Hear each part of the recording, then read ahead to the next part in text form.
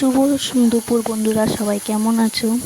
তো আমি প্রথম নতুন পেজ ওপেন করেছি। তো তোমাদের সাথে ছোট্ট একটা রান্না শেয়ার করছি, কোনো মশলা ছাড়া ফুলকপি আলু দিয়ে মাছের ঝোল।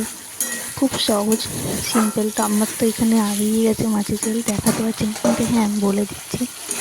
আলু আর ফুলকপিটা সিদ্ধ করে রেখেছিলাম, তারপরে ওটার মধ্যে তেল দিয়ে অল্প একটু জিরা সম্বার দিয়ে আলুটা নাড়াচাড়া করে ভেজে ওর উপরে ফুলকপি দিয়েছি, আর হলুদ, নুন আর লঙ্কা বাটা। তার মধ্যে ভালো করে কষিয়ে জল দিয়ে দিয়েছি। যেহেতু ফুলকপি আলুটা সিদ্ধ করেছিলাম, বেশি একটা জল লাগবে না ঝোল হিসাবে।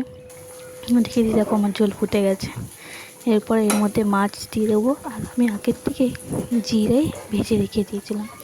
নামাবার আগে জিরে দেবো, ধনিয়া পাতা দিয়ে নামিয়ে নেবো। খুব সিম্পল একটা রেসিপি, তেলও কম, মশলাও কিছু নেই, আদা বাটা, জিরে বাটা এসব কিচ্ছু নেই, শুধু জিরেটা ভেজে রোস্ট করে দিয়েছি। যেহেতু এখন হালকা হালকা শীত পড়েছে, নতুন সবজি, এগুলোর মধ্যে কোনো বেশি মশলা লাগে না।